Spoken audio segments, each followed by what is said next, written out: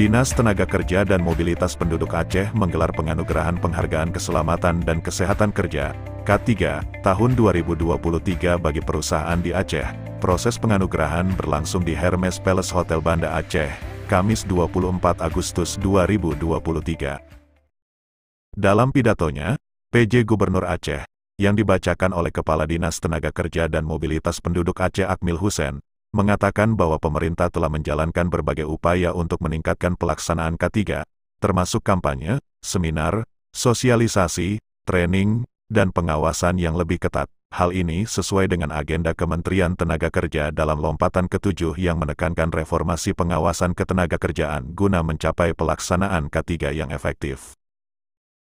Akmil menyampaikan juga, di era revolusi industri di 4.0 ini, beberapa jenis pekerjaan lama menghilang dan jenis pekerjaan baru muncul. Pekerjaan baru membawa potensi bahaya baru yang perlu diantisipasi melalui strategi pengendalian untuk mencegah kecelakaan dan penyakit akibat kerja.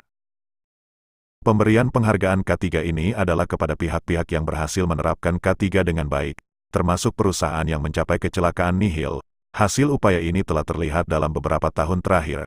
Jumlah perusahaan yang mempertahankan nihil kecelakaan terus bertambah. Pada tahun 2022, ada 43 perusahaan yang meraih penghargaan, dan pada tahun 2023 menjadi 60 perusahaan, meningkat sebesar 39,5%. Tutup Akmil membacakan pidato PJ Gubernur. Erwin Ferdinansyah, selaku Kabid Pengawasan Ketenagakerjaan, menyampaikan dalam laporan panitianya bahwa maksud dan tujuan pelaksanaan kegiatan penganugerahan penghargaan K3 Provinsi Aceh tahun 2023 adalah untuk meningkatkan efektivitas perlindungan keselamatan dan kesehatan kerja K3 secara terencana, terukur, terstruktur dan terintegrasi, memotivasi pimpinan perusahaan untuk mempertahankan kinerja K3 karena K3 merupakan investasi dalam menjaga keberlangsungan usaha serta mencapai produktivitas perusahaan.